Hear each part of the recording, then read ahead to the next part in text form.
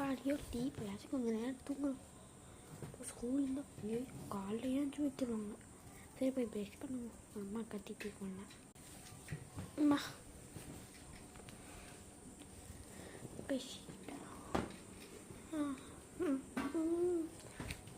பண்ண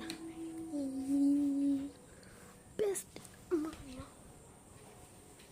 நான் ஏஞ்சிட்டியா? அதெல்லாம் நாங்கள் எப்பயும் ஏஞ்சி சரி.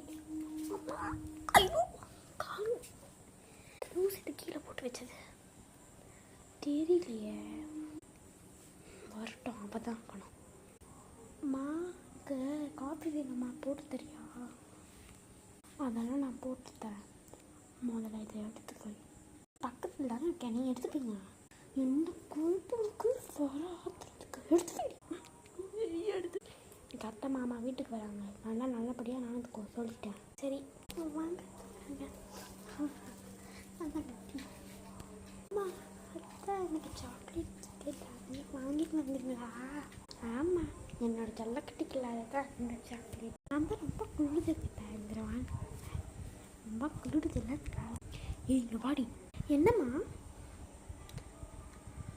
என்ன சொல்லுங்க? ரொம்ப டைம் சாக்லேட் கொடுத்தா வாங்கிடுப்பியா? நீ கேட்குற கேட்டேன், அதுக்கு தப்பா? நீ ஒரு பேய். சரி ஒரு காசு போடுவேன். அத்தை மாமா இருக்காங்க, ரொம்ப ஓவராக பண்ணாத. ரொம்ப பேசாதேன்னா எனக்கு என்ன சமையல்? பிரியாணி நான்வெஜ் ஆகாது.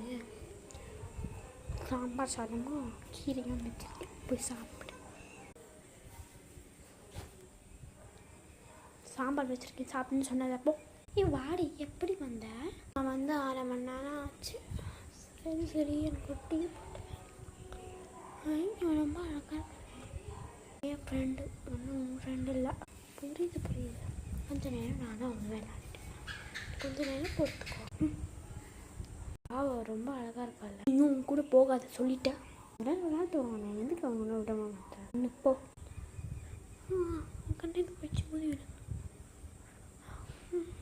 ரொம்ப சீன் போடுறான். அவங்க உட்காருங்க.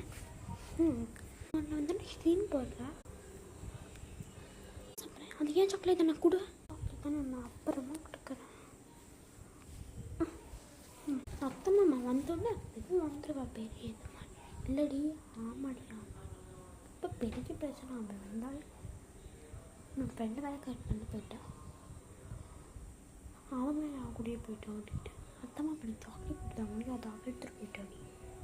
ஏன் மேலே அவங்களே கூப்பிட்டு